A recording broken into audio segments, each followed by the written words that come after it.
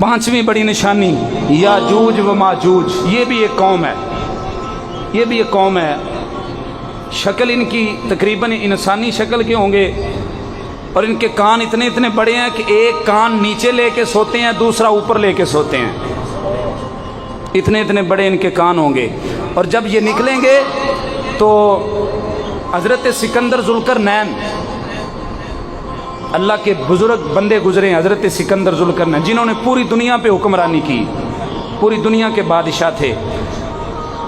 उनकी बारगाह में लोगों ने शिकायत की, जिस इलाके में ये रहते थे, कि ये सुबह को निकलते हैं, सारा कुछ खा के चले जाते हैं, तो इन जालिमों से हमारी जान छुड़ाई जाए। उन्होंने शीशा पलाई दीवार, तांबा पिघला के डाला, यानी ये भी एक लंबी कहानी है। दीवार बना दी और उस दीवार के पीछे ये सारी कौम अब भी मौजूद है, जिंदा है। सारा दिन ये उस दीवार को चाटते हैं और बिल्कुल थोड़ी सी रह जाती है तो चले जाते हैं वापस।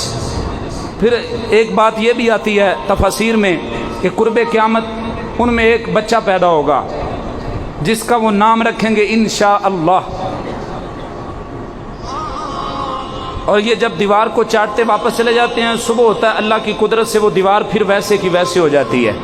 जब वो बच्चा पैदा होगा कुर्बे क़यामत, उसका नाम रखेंगे इंशाअल्लाह। ये सारा दिन दीवार को चाटते रहेंगे, शाम होगी तो फिर ये एक जुमला कहेंगे, इंशाअल्लाह कल हम इस दीवार को ख़त्म कर देंगे। रात गुजार के वापस आएंगे तो उनके इंशाअल्लाह कहने की वजह से वो दीवार उतनी की उतनी रही होगी। आएंगे, चाटेंगे, निकलेंगे, सारा कुछ खा जाएंगे, सारा कुछ, लोहा खा जाएंगे, पत्थर खा जाएंगे, कुत्ते खा जाएंगे, बिल्लियां खा जाएंगे, ये बड़े बड़े जो महल्लात हैं, महल हैं, ये सब कुछ खा जाएंगे। यहाँ तक कि जिस समंदर के पास से गुजरेंगे एक कतरा पानी का बाकी नहीं बचेगा, सब कुछ पी जाएंगे, कुछ भी बाकी नहीं बचेगा।